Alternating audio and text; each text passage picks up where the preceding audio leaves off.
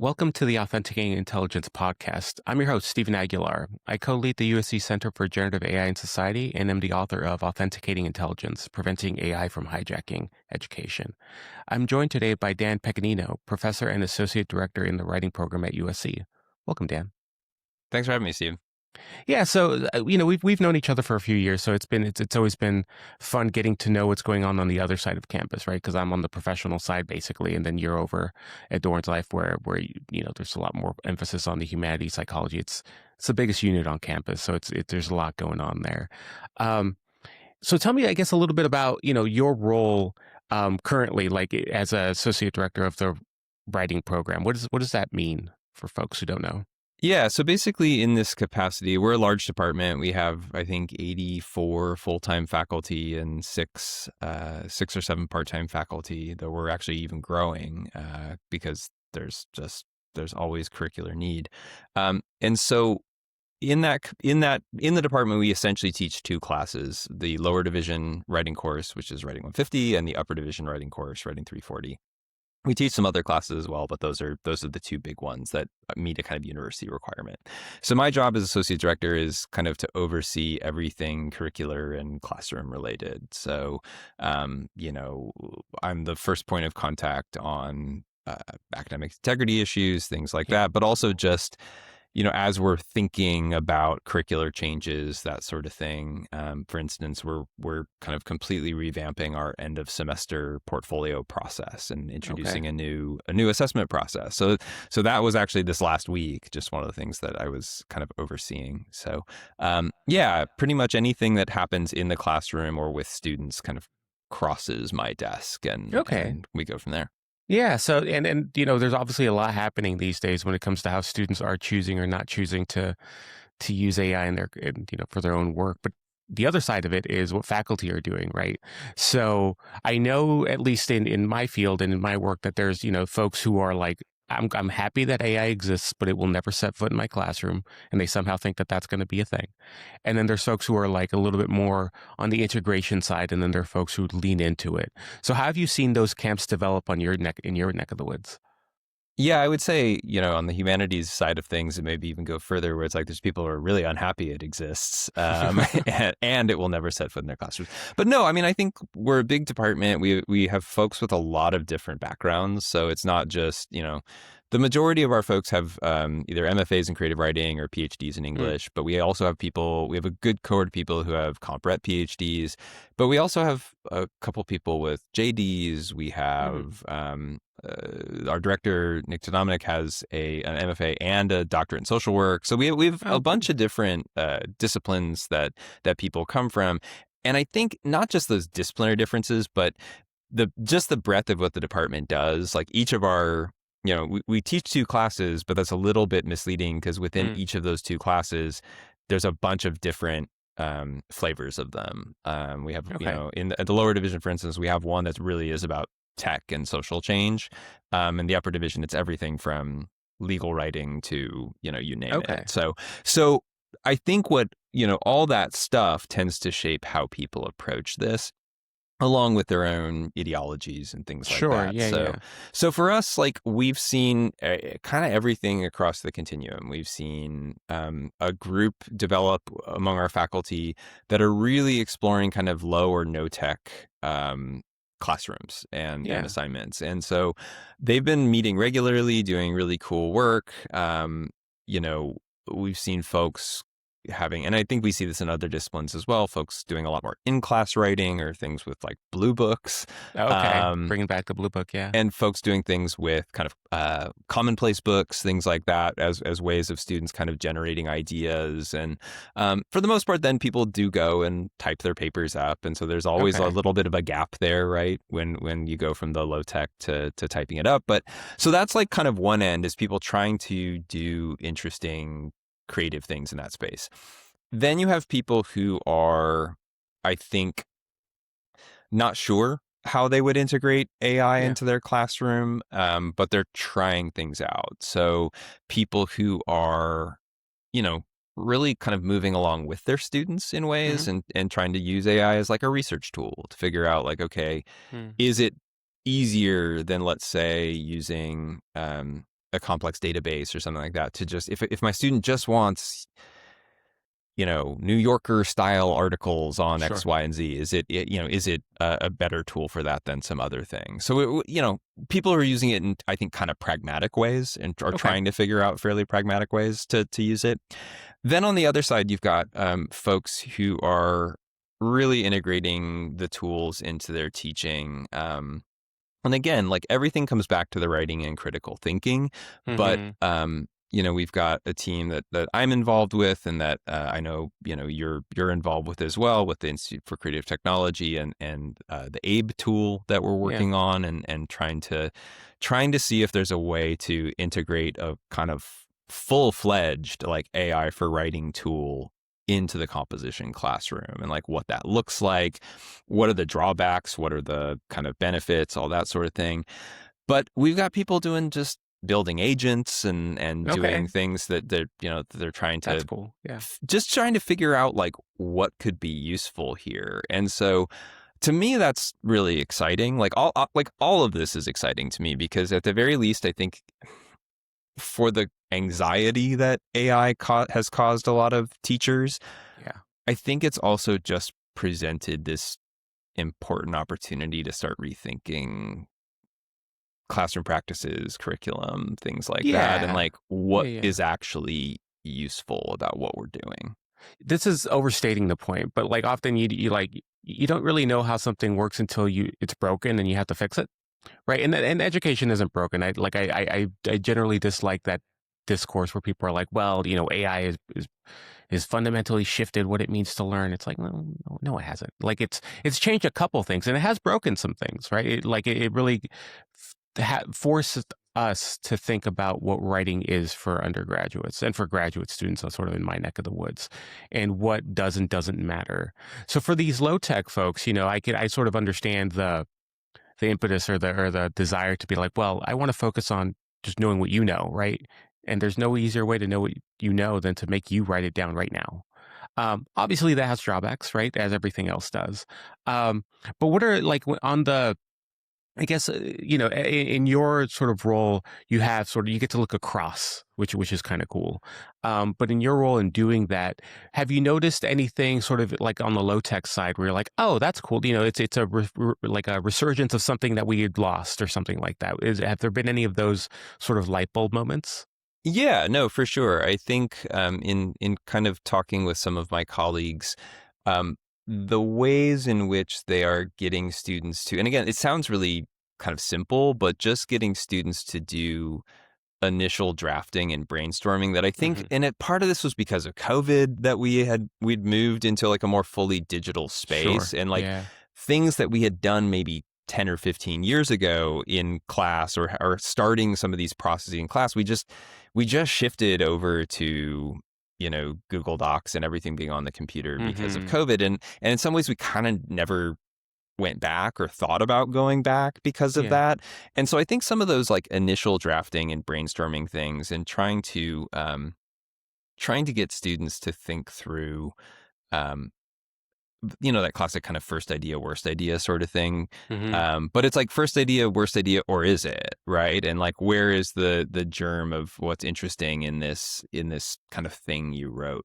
There's also, I think, just um, one of the things that I like about what folks are doing in that space is it's slowing things down and Hmm. trying to slow the writing process down. And I think it's harder to do that with the way that computers are just designed for a certain kind of efficiency, That's where true. it's Yeah. just like, go find this, go find that, and I think with stuff where you're kind of doing that on your own, or thinking about a reading or something like that, it it allows for a certain kind of but now you have to build this into your class too. You have to like Sure. change the pacing of your class such that students aren't being asked to do something that feels kind of impossible. But I think that slowness of thinking is actually kind of helpful. And so no, I've been Yeah. really impressed by the stuff that the folks who are, I don't want to like characterize them all as anti AI necessarily, but like Sure. the folks who are responding this way, I've been really impressed by how thoughtful their approaches have been, to doing all the same stuff we would want folks using technology to do when it comes to like assessing whether or not this is working or not. Like what about it works? What about it doesn't? What pitfalls are you running into and all that? So, No, yeah, that makes a lot of sense. And I like this idea of slowing down sort of the act of writing, because it often, like, even if you just have like pre-AI, like your word processor, like Word or whatever on your computer, there's still this temptation, tendency, habit to, like, if you don't know something, I'll just go look it up real quick. yeah, And that breaks your writing flow. Like, there's just no way around it. Like if I have to, like, it's gotten to the point where, like, I often tell my students, my PhD students, like, as you're writing, like, that there's literature out there that sort of supports a point. So rather than go find it, if you don't know it off the top of your head, or you don't remember the author's name or whatever, like, you can literally just bracket a placeholder. This one guy said something, like, or, you could use a placeholder. Like, I know in the creative writing community, like, TK is like two letters that work because, in English language, they don't appear very often. So you can quickly find and search those placeholders. But, like, when your flow is broken, it's hard to get back. It's hard to get there, first of all. Like, it's hard to actually start writing and to develop that flow. But I like this idea of slowing students down to almost show them it's okay to think through writing. Because I think that's often what, now in the age of AI, what sort of can feel daunting. Because you and I, like, we were forced to, like, write the hard way. Like, I don't know how old you are, but I suspect that we both did blue books. a lot of So yeah, so, like, this idea of us needing to really process something and then write it down, um, forced us to slow down sometimes. And, like, nowadays we can sort of, I think, like, oscillate between speed and sort of pensive writing. But undergraduates coming up, or students coming up, almost don't know what that feels like. And I think that's unfortunate. So I'm glad that there are faculty who sort of recognize that and sort of are creating that friction to slow students down as they think, because that's what writing is for, at least I think. Yeah, and we have people. You mentioned kind of oscillating. We have folks who are maybe not in the fully low tech thing. Like Mark Marino is a colleague of ours Yeah. who he's been working with AI and doing all sorts of like fun stuff for many years. Like he's like, this really creative faculty member who, I don't know how many books he has at this point, because he's just always working on 5 different projects, and it's really kind of yeah, it's really inspiring. But he's doing something that I believe he's calling the analog sandwich, where he's having Hmm. students kind of move back and forth in the Hmm. writing process over the course of the semester, working with AI tools. And then there's a big period where it's like they're writing in notebooks. Like that is like Okay. all, and that's really all they're doing. But then they go back to using the AI tools. Actually, our dean just, put an article about it up on LinkedIn, which is really nice to see the Yeah, dean that's super kind of cool. recognizing these cool initiatives in teaching. So yeah, it's you kind of creep along the spectrum to um kind of fully kind of low tech, to folks trying to integrate the two in interesting ways. And then, on the other side, folks really trying to kind of see what the tech can do, like, and Yeah, how, pushing those how, boundaries. yeah. Yeah. Yeah, for sure. And I don't know if this was on purpose, but I like that the meat of the analog sandwich is, the analog part, right? Mhm. You have the carbs, if you will, are AI, Yeah. but the protein is the writing or the Yeah. analysis. No, So that's pretty fun. it is. I'm, it's very, I don't teach as much at this point because of my administrative role, but as I'm looking at all this stuff, I'm thinking about, okay, next time I teach, like, what of this stuff am I going to take and like bring Yeah, into the yeah, you do class? get to look across and pick and choose. You're like, I Yeah. like this, I like this. But Yeah. let's get into your administrative role now that you mention it, because you get to look. You basically help run the program, the writing program, and you get to look across things. But that also has different sets of responsibilities. So what are those just general responsibilities for folks that are sort of unfamiliar with what a associate director in a writing program might do? Yeah, so in this role, I'm really kind of working with the director on this, but my kind of main charge is overseeing kind of curricular and classroom stuff. So Hmm. one of the big things of the last couple of years has been helping faculty think through AI issues as it comes to like academic integrity. I tend to be kind of the Okay. person they reach out to on that. Um, And so we, as an example of something that we've done, last year we set up we just called it the ad hoc AI committee. We didn't have a Okay. better name for it at the time. Sure. Um, but really it was kind of a triage service, and we got 7 or 8 faculty volunteers to essentially, we would break them off into little teams when like a problematic paper came in. Like if a faculty member said, this really, I've got some real concerns about this essay. Like it's ringing some inappropriate use of AI bells for me. Hmm. We would then send off 2 faculty members to work with the person. And these were faculty who had really a lot of interest in AI and like had spent time studying it and understanding kind of like what the outputs were. And they would go and work with the faculty member, and it was great. It worked really, really well. People felt supported. They felt like they weren't kind of alone, especially if they were folks who Mm. didn't know a ton about AI, like and hadn't spent a lot of time with it. Having people who'd been in that space kind of confirm some of their suspicions and things like that was helpful. And but then it gave them like language to approach the student Okay. with, to say like, hey, this has been looked at. And then the faculty member could make decisions about like, do they want the student to rewrite the paper? Do they want, we didn't prescribe exactly what they had to do there. We gave them, it felt like it was kind of empowering them to then make, to think about like what mattered to them and how they wanted to use this moment, like pedagogically with a student or something like that. Yeah. So we've now like formalized that and expanded the purview of that group a little bit. It's called the AI Research and Support Committee. And what that does is it still performs this triaging function. And we've had a lot Okay. of, a lot of Sure. interest still.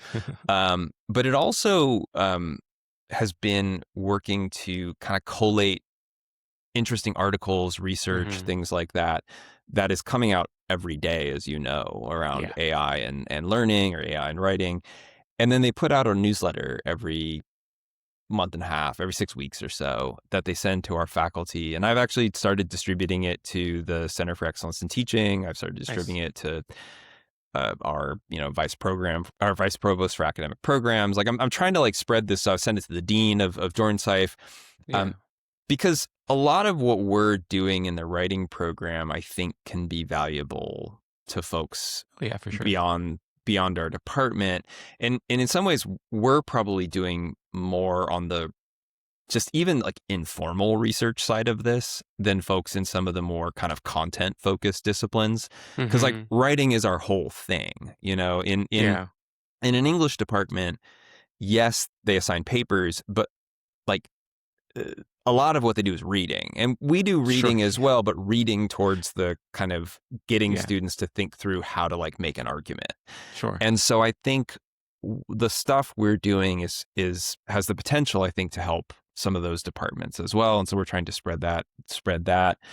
Um, we're also then, like as a department, starting to think through and having conversations around, you know, we had a kind of research symposium the other day. Hmm. We set up some kind of micro grants to have folks develop projects, and Nice. they didn't have to explicitly be about AI.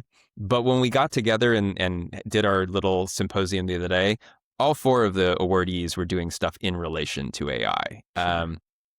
But as an example, we had a colleague who is developing some new materials around how to kind of craft experiential learning assignments, Hmm. right? And again, that's not an explicit response to AI, but actually, yeah, experiential learning, like an assignment that's based on going and doing something, or that's based on, you had to kind of go to this museum exhibit and, take pictures and view it and then write it, Yeah. It's like an embodied experience as opposed to Yeah. like, yeah.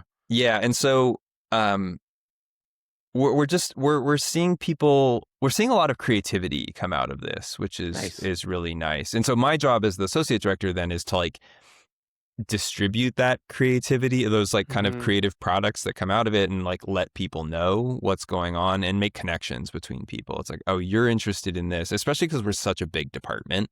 Yeah. It's hard for folks to always know, especially if someone's kind of panicking, let's say. I mean, we've kind of all had this experience where one of your sections, you get your 15 papers in, and you're pretty convinced 11 of them are just like kind of mostly bad AI writing or something Right. like that, Yeah. no matter how hard you worked with students on it and stuff like that. And so I think for when folks have that experience, they can feel quite despondent. And so it's like, how Sure. do we pull them out of that and connect them with folks who are doing stuff that actually might be totally in line with what they want, but they just hadn't thought to do it that way or something Yeah. like that. Yeah, So building those communities that can support one another, because it can be very isolating. yeah, Like if you're just there with your course. But when it comes to dealing with academic dishonesty or academic integrity issues like that, I feel like that's where people go to first, or at least if not first, second. Like when it comes to thinking about AI in schools, and it always often gets paired with like the impacts of that with cognitive laziness or offloading stuff, and like the science isn't quite out yet on what that even means. So like I won't get into it because I don't think it's productive, but I do think that in your experience, because you've been obviously sort of in this role, or at least proximal to this for a while, have you noticed a shift in how those who choose to be to lean too heavily into AI, we'll say, how students, when they do that, has that changed? Are they getting more sophisticated? Is it still like, here's the prompt along with the assignment that happens? What's going on? you know, I would say that we're still seeing a fair amount of unsophisticated stuff. Okay. Just we've kept hearing that like, oh, it's going to stop hallucinating sources. We still get a lot of sources that you're like, this doesn't exist. Hmm. So there's still a fair amount of that, just kind of low level, like you did not put much effort into Yeah. even hiding this sort of thing. I think we are seeing more sophisticated uses of the technology that I do think like start to make us question like what's the line between inappropriate and appropriate Yeah, use, sure. especially if it hasn't been drawn in a class. The challenging one for a lot of folks is like, how is a student allowed to use AI to smooth out prose or something like that? Now, Mm, most of us, I think, want to tell the students like smoothing out prose using AI is actually not a great idea because you're going to end up sounding it's all going to end up sounding the same yep. is part of the issue there. And a big thing that we want to kind of help students develop is their own voice. But that's challenging because the students might be able to say like, these are all my ideas. Like I came up with all of this. This was all my, Sure. and Yeah. and so Yeah. Yeah. I think those are the moments that are challenging for people where students are trying to, in their own mind, they're trying to draw some ethical line, but like that ethical line may feel different to the faculty member or as opposed to the student. And so I think those cases are Hmm. are challenging. Um, the thing that I'm starting to notice a little bit that it makes me hopeful is, at least in my small sample size, Sure. but like I've had students start to ask more questions about Oh, like what is okay versus what is not okay. And I would love to okay. see that actually happen more, where it's students being a little more proactive about like, and this was, I gave a talk to the football team yesterday actually, Nice. and this was like one of the things that I told them was just Yeah. like, it's actually the first thing I told them was like, when in doubt, defer to your individual instructor's policies around Mhm. this, and if those policies aren't clear, ask. Yep. But also, if you have ideas, ask. Like if there's a way that you've Sure. found to use AI that feels like it's opened something up for you, like have a discussion with your faculty member about Yeah. that, like whether that is kind of okay or not in their mind and what the benefits and drawbacks are and all that. So I feel like I've started to see a little bit more of students being slightly more proactive in trying to have Nice. that conversation with faculty members. But still, I mean, again, I think we still see, I mean, I don't want to sugarcoat it. I think we're still seeing a fair amount of students turning stuff in, probably panicked in some way, you Sure. Night know. before, they're like, okay, I tried to write. Here's a paragraph, but it's not a good paragraph. I'm just going Yeah. to dump this in AI. Yeah. Yeah. And so, and I think we've got to figure out kind of curricularly or again, kind of pacing wise, how do we disincentivize that sort of behavior? Sure. And how do we Yeah. give, how do we give students opportunities to kind of do their own work in ways that feel productive for them? Yeah, and on the as you were saying all of that, I almost wonder if using AI has replaced the all-nighter, like the all night, like, because I'm a good writer now, but I was not when I was an undergraduate. So like there were at least a few times when I was early in my academic career where I would just, yeah, I procrastinated. It was due to, 5-page essay was due the next day. I stayed up all night to crank it out because that was my only option. Like I wasn't going to plagiarize because even that was a little harder back then. Yeah. But I do wonder if if a silver lining is that undergraduates are getting more sleep now.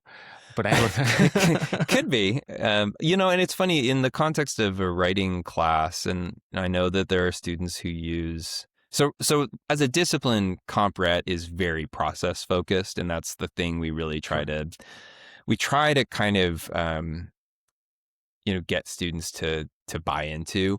Yeah, Now, there are still some number of students who are using AI to do the process work, which sure. seems really, that's the part that's a little bit distressing. But, I still think that what happens is that there are some students who they do the process work, right? They do it themselves. They're doing Hmm. research. They're, coming up with outlines, things like that. But I think writing for a lot of people brings up this vulnerability Yep. and this sense of almost like shame if they produce something bad. And so I think what does happen in some cases is that these students who have been engaged with the process at like the last minute Hmm. kind of panic and like produce this artifact with ChatGPT or whatever that they're hoping will like, you know, I don't know, get them a good grade or just make them feel less bad or something. And Yeah, yeah. yeah. And so I No, think that happens a fair amount.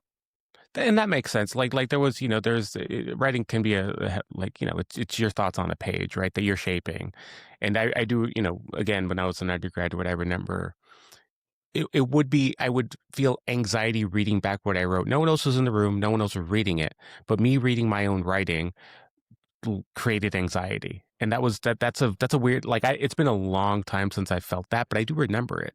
And I do remember how distressing it was to have to the point where like sometimes I wouldn't even reread what I was writing. I would like crank through it, turn it in, and be like, "Well, it is what it is." Like I don't even know what it says, but I wrote it. Um, and that was to me that was very interesting back then. Just reflecting on it because that's not what writing is, right? It's not sort of this one and done. It's meant to Yeah. be iterative. Um, but different times, different pedagogies. At least when I was coming up, but it's interesting to see how students are responding to it. And returning to your idea of this idea where students might, to alleviate that anxiety, to feel more confident, perhaps, like might lead into AI to smooth over some things. Immediately, what I thought was like, well, that's almost like I don't know, like if you've I know you've heard it, but like elevator music or Muzak, right? It's the greatest hits, but somehow smoothed over so they're unoffensive and not interesting. Like that to me is what happens when you choose to have AI quote unquote smooth over your writing. You like lose all the interest, all the sort of peaks and valleys that makes it yours. It just becomes this like nothing, like this kind of Muzak of writing, I guess. Well, and the worst is, when you see that in essays that are kind of personal too. Like Hmm. I've in that kind of AI research and support committee and in my kind of triaging role at times, you get kind of personal narrative essays and that have that. And you see like these funny moments where it's clearly the students writing and it's like that's so much better than the parts that are not. And it's Hmm. getting them to believe that is part of the challenge, I think. And that's hard just because there's so much hype around the technology in Yeah. general. And, Yeah. I will say universities in general, this is, nothing unique to our employer, but I think universities in general, their messaging around AI has been, I think, I don't inconsistent. It's been kind of hard for students to, I think, fully figure out, okay, how am I, okay, we have this technology and it's being talked about a lot, but then this teacher is telling me never to use it. And I Right. think Yeah. I think for students, it puts them in an odd spot because they get told that this technology is essential to the future and Hmm. they need to understand it and it's brilliant in all these different ways. And then that I think that prevents them sometimes from seeing some of the shortcomings of the Yeah. technology itself, but also like of the technology as it relates to their learning. Yeah, and that I guess that pressure, um, there's this external sort of pressure to learn something because apparently my job might need it, so I should be using it somehow, right? But I'm not getting what I need, or I may feel like I'm not getting what I need in the classroom. So when it comes to preparing students for AI, like what have been some sort of responses that you've been sort of happy about, or or that you sort of think are the way forward when it comes to making sure that students use AI in a way that's productive and actually helpful? So, I mean, the team that I've been working with over at with folks in the writing program, so Jen Bankert and Liz Blomstead, and then the team over at ICT with Ben Nye and Bill Swartout Uh-huh. and their team in working on this tool, Abe. I think the impetus behind that is really positive, and to me, I would love to see more projects, not obviously exactly like Abe, but more projects with that ethos coming out where it's okay. How can we use AI? How can we leverage AI to actually make learning on a certain level more challenging for Mm, students? mhm. Like not because we want it to be challenging for the sake of being challenging, but how can we actually help students use AI to learn more, not less, or to think Mhm. more, not less?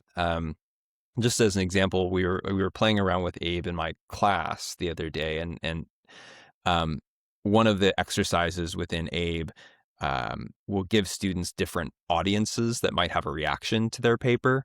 Sure. And one of the things I like about it is it gives students way too much information to actually if they Yeah. tried to integrate all of this in their paper, it would be a horrible paper. Like the paper would be so scattered. But what's great about it is it makes students make choices where it's like, Mhm. this is useful, this is not. And so Yeah. that's actually what I would like tools with kind of that sort of like controlled ethos, I think that those could be really valuable going forward. Um, I also think one of the things that we're doing in the writing program right now, and this is an initiative that Dorn Seif and the university have launched. They've launched these intensives, and they haven't totally been announced yet. But I guess I can spoiler alert here. But we in the writing program we've developed one around writing and communicating with AI, and it's a 3-course sequence that we're still building. But the idea is to give students opportunities to in a kind of quote unquote safe space, Yeah. play around with the tools, figure out what works, what doesn't work for different tasks, hopefully. And we're going to have one course is going to be in this sequence is going to be pretty experiential in terms of like Oh, cool. hands-on project-based stuff. But what they're actually really going to be assessed on is not like, did you build a beautiful poem with this tool, but like reflections on the process and like Yeah. what was valuable about it, what was hard, what felt stupid, as you were going through it. What could you easily have done on your own that like this actually Sure. felt like a waste of time. Um, so I think that to me, that's the kind of stuff that I would love to see more of kind of Mhm. across disciplines is just engagement with the tool. And I think there's been a fair amount of research that shows that reflective writing is very valuable for students, right? Yeah. It helps with retention. It helps them then make connections with other things they're working on. And so to me, that sort of I feel like sometimes in higher ed, there's this feeling that if I engage with this thing, I'm somehow supporting it or I'm, Sure. Yeah. acting, I'm like giving it some sort of stamp of approval. And I don't think that needs to be the case in terms of our approach to AI. I think for me, these AI tools are this range of AI tools are out there Exactly. that Yeah. students are engaging with and they're using.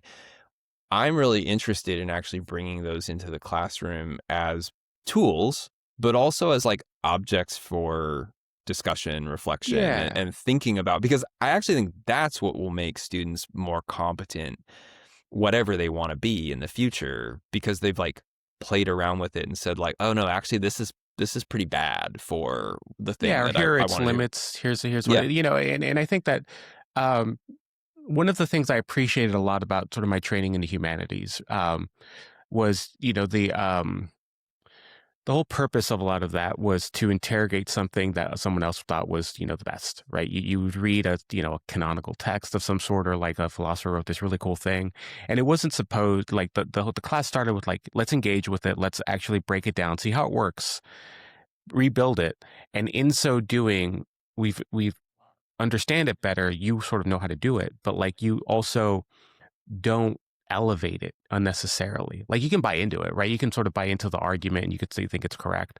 But this notion of interrogating something, I think is essential for like anyone who's learning anything really. But for undergraduates in particular, like I like this idea of instead of, this is a little bit like crude, but like tools are these objects of interrogation. Like here's an AI chatbot or here's an AI tool that does X. Use it, play with it, break it. And now what you've done in that process is you know how to use it better. You know how to criticize it. But you also see it for what it is, right? And I think that that's one of the biggest failures of, it's not our failure, but someone failed. I don't know who failed, but like of buying into this idea that all AI tools are like actual artificial intelligence, because I think that's what created this idea that we can't question it, or like people are polite to their chatbot. Like I'm rude as hell to mine. I will just give it directions. I'll tell it it's wrong. I will use it like I use a hammer, which is to say sometimes crudely because I'm using it incorrectly or something like that. So I think that's where we need to get. And I'm glad that some of these intensives that you've described at least push students to engage with tool use in this way, because I think that, you know, one of the most powerful things that we can give undergraduates is this confidence to question the thing that's in front of them and give them the tools to do that in a way that's coherent and in a way that can convince someone else of your position. Because otherwise, it's just a feeling. Like I'm sure students feel like this isn't necessarily what they want to do, but they don't necessarily know how to describe it after that. No, absolutely. And I've been asked a lot recently. We're basically so in another kind of uh, part of my life, I was the president of the faculty at USC actually in Yeah. 22, 23. And that was when ChatGPT launched. And it was funny because we had a committee on information services. Their job is to just kind of, Hmm.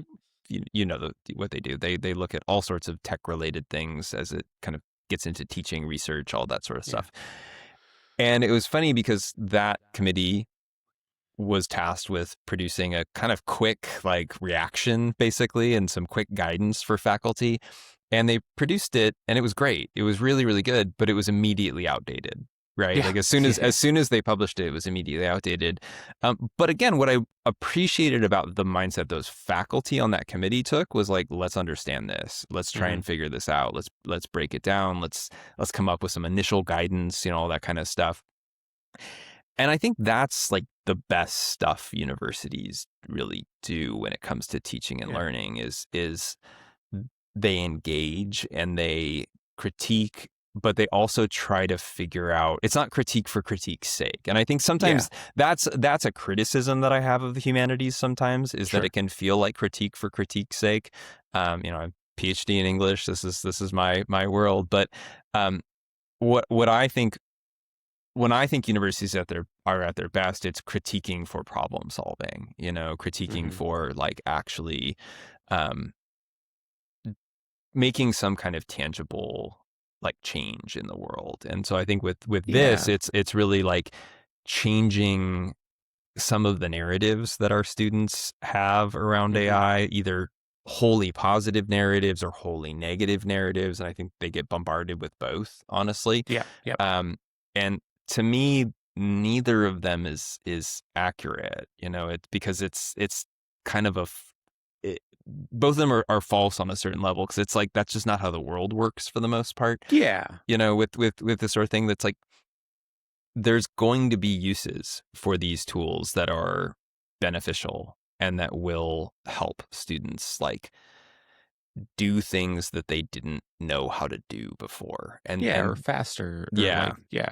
Hmm. yeah. And so and to that kind of in that way, part of what happened after I was in that role and then kind of moving on for the next few years is I would get asked a lot like, oh, are you worried about your discipline going away? Or are you terrified about the next one? I was like, I'm actually like weirdly bullish on all of this stuff, provided that our engagement continues to be, as you kind of point out, critical and Yeah. like in a kind of problem solving mode as opposed to a kind of reactive panicky mode, things like that. Yeah, no, for sure. Education, like at least, from my perspective, is constantly has to not reinvent itself, but we're necessarily responsive to the world around us. Because otherwise, what are we doing? Like Yeah. like you're educating people to do something, and they get to choose what they do, but you try to give them enough tools to go out and basically do a little whatever they can, or a little bit of everything, which means that we have to pay attention to the world outside of our campus. Um, but one sort of the line I draw is that doesn't mean that we're reinventing or reimagining ourselves. Like those terms, like just drive me nuts because we're not. Like it's universities and any sort of institution of learning has to be responsive to the world outside. So it's never like set. And I think that that's often what people just forget, because as soon as you graduate from anything, you remember this static entity that existed, and you think that's what education is. It's like, no, that's what education was when you were doing it, right? That's why we don't bombard students with blue books anymore. It's like, that's what we did. And like a lot of people suffered, like no one could read my handwriting. So like that was just bad for everyone. So I think that we have to sort of just remember that when we're thinking about, when anyone thinks about education, it's like, well, it's not what you think it is, probably. So you should ask people who are in it or who are thinking about the future when it comes to it. I totally agree. And I again, this is why I'm kind of really encouraged by the range of responses I've seen just in my department is like, it's people, even if people are kind of going back to older approaches, let's say, it's driven by the right ethos. Like it's Hmm. driven by, I want to give students this capacity, or I want to help students develop that, and that's so, again, I think, yes, there's been some frustrating things that have happened with AI, some very awkward conversations that you have to have with students, and some Yeah. frustrating things around like it's sometimes hard to prove, right, or reach, Hmm. and there's certain kind of like legalistic thinking that creeps in that is really frustrating. Yep. But I do think that in certain ways, this has been a useful challenge for us to kind Hmm. of return to some of those first principles and think about, well, what is it we're really doing here? What is it we're trying to get students to, you know, get better at? What is it we're trying to help them think through? And how can we do that in a way that responds, as you're saying, to the world we live in now, as opposed to, you know, 2001 or something like that? Yeah. Or even farther back. Yeah. Yeah. Well, I think we'll end it there. Yeah. Let's respond to the world around us. Thanks, Dan. I appreciate the time. No, thanks for having me, Stephen. This was great.